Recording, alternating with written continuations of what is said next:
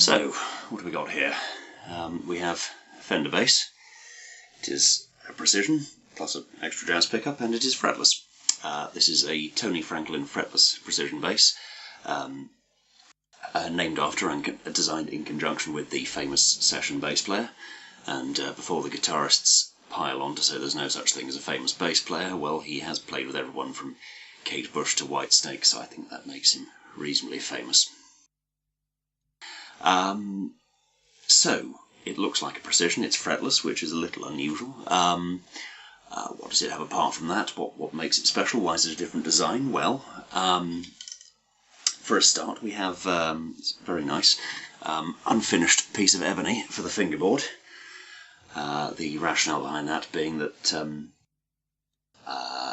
you could put round-wound strings on it without having to cover the neck in epoxy, and also without being afraid that the strings would chew up the fingerboard. Also, in addition to the standard American series pickup, there is a jazz-type pickup at the bridge, different from the American standard jazz pickup. Not sure how, but it is the Tony Franklin signature jazz pickup. And also over here you have this blade-type pickup selector, which you don't normally see on bass guitars, as far as I'm aware, not on Fender basses certainly, although, you know, commonly on Telecasters and Strats. Single master volume and tone, so no opportunity to blend pickups, but as you'll see, they do sound quite nice just running at matched levels. Also on the back here we have a D tuner, which drops your E string down to a D whenever you need that, which is quite handy. Normally, well, from previous experience, all the fretless basses I've played provide a variation on that classic sound that tends to get referred to as moi. That nice, warm, swelling sound. And you do get this with this bass, but it does more besides, so I'll give you a demo of the precision pickup.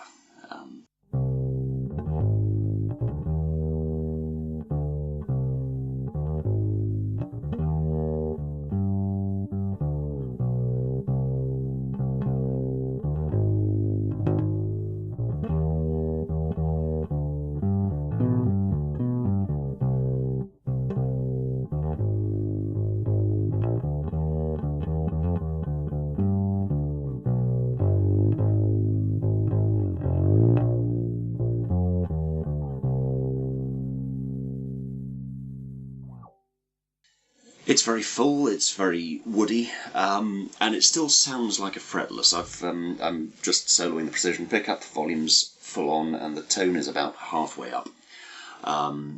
It's a good solid bass sound. It's what's surprising is it's not that far away from the sound of a fretted bass. If I roll the tone down to sort of 2 or 3, it gets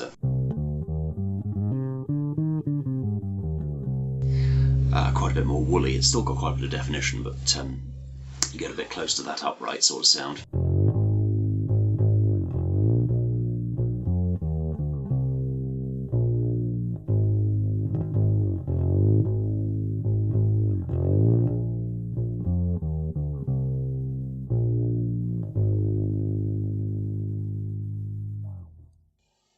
Whereas if I whack the tone up to full, and this is where it gets quite surprising, it gets astonishingly bright.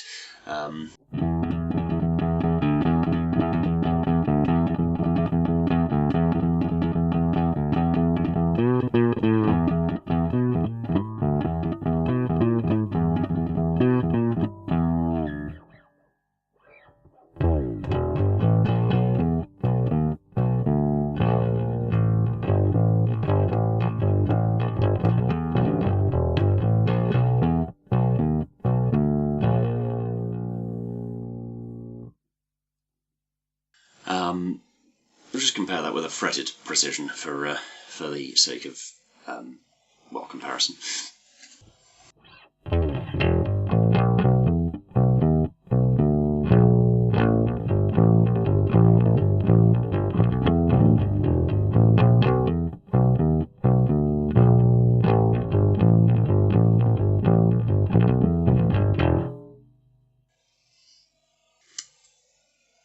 So yeah, still quite bright and trebly. In fact, if you were in a position where you could only take one bass to a gig but wanted to switch between fretted and fretless sounds, then this might be a good bet.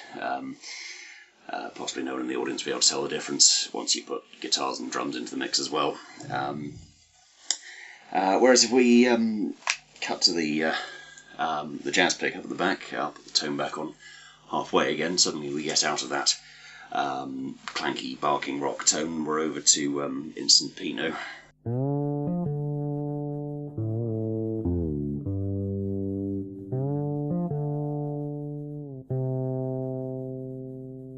In fact, if we click a bit of chorus into the mix.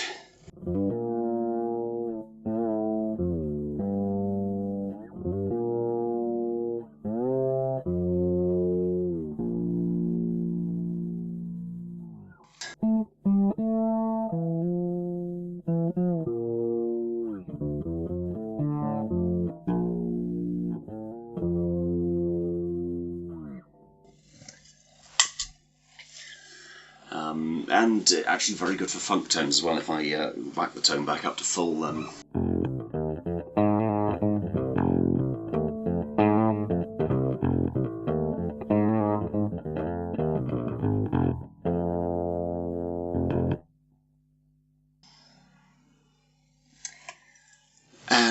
in between the two, blend of the precision and the jazz, which actually might be the closest point you get to a good upright bass approximation. I think every fretless bass has it in there somewhere. You've just got to find the right settings, and I still haven't found quite the right settings, but this isn't a bad approximation, I don't think.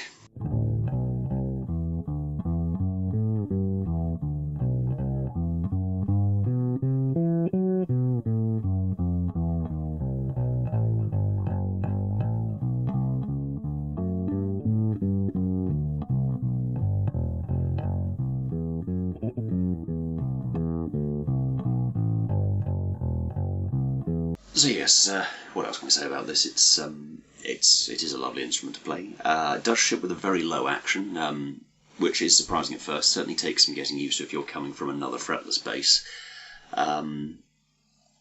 It is, as I've suggested before, it's a very, very versatile bass. Somewhere in terms of character, halfway between a fretless and a fretted bass almost. It's certainly in terms of sound.